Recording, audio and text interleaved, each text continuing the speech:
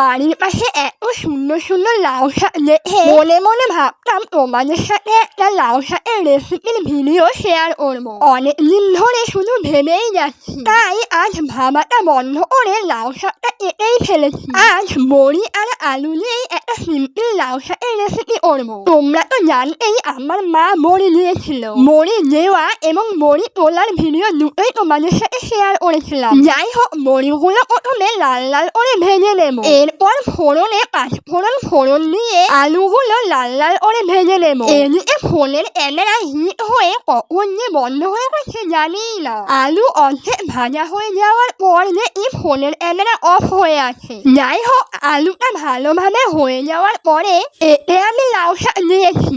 এটা ভালো মতন কষানো হয়ে গেলে এতে পরিমাণ মতন জল এবং বড়ি দিয়ে দেবো। অবশ্যই জলটা ভালো মতন ফুটে এলে তারপর তোমরা বড়িটা দিও। এটা প্রায় হয়ে এসেছে। এখন এতে আমি বেটে রাখা সর্ষেটা দিয়ে ভালো মতন নেড়ে নেবো। একটু নুন এবং ঝালটা ব্যালেন্স করার জন্য সামান্য চিনি ছড়িয়ে দেবো। এতে সামান্য সর্ষের তেল দিয়ে এটা নামিয়ে নেবো। তোমরা এই রেসিপিটা বাড়িতে ট্রাই করো এবং গরম গরম ভাতের সাথে পরিবেশন করো। আজ এই রেসিপিটা তোমাদের কেমন লাগলো অবশ্যই আমাকে কমেন্ট করে জানিও।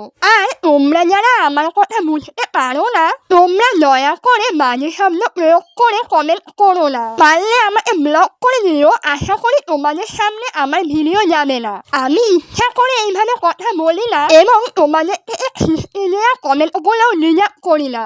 তো চলো, আজকের ভিডিওটা এইটুকুই। দেখা হচ্ছে খুব তাড়াতাড়ি নেক্সট ভিডিওতে। ততক্ষণ তোমরা সুস্থ থেকো, ভালো থেকো আর নিজেদের খেয়াল রেখো।